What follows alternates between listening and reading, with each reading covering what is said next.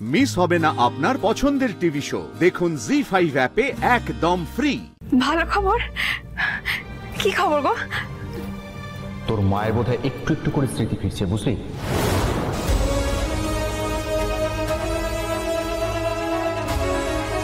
কি বলছো তুমি?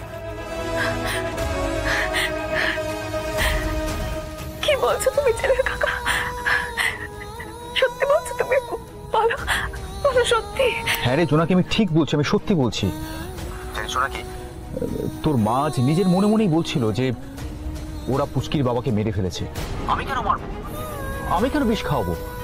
এইসব তোর মা বলছিল, জানিস, নিজের মনে মনেই বলছিল। ছেলে কাকা, মায়ের আমাকে মনে পড়বে? আমাকে আমাকে চিনতে পারবে?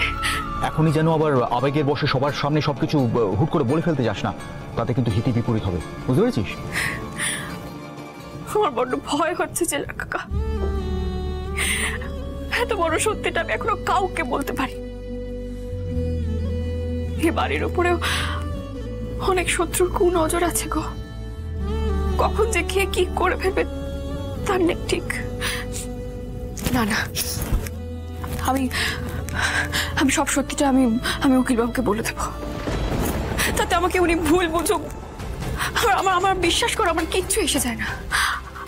আমাকে মিথ্যেবাদী তো অন্তত ভাববে না। না না, আমি আমি আজকেই সব সত্যিটা আমি উকিল বাবুকে বলে দেবো। আগে ধ্রুব তোকে সম্পূর্ণভাবে বিশ্বাস করুক, তারপর সুযোগ বুঝে বলিস, কেমন? আর রাখি,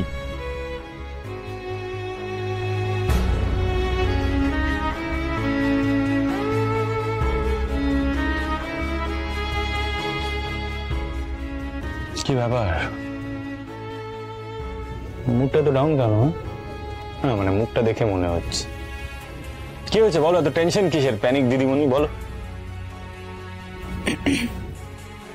না মানে আমি একটা কথা বলতে চাই আপনাকে। অনেক দিন ধরে বলবো ভাবছিলাম, বলা হয়ে উঠছিল না আর কি। দুধ কলা দিয়ে বাড়িতে কালসাপ পুষছো তুমি,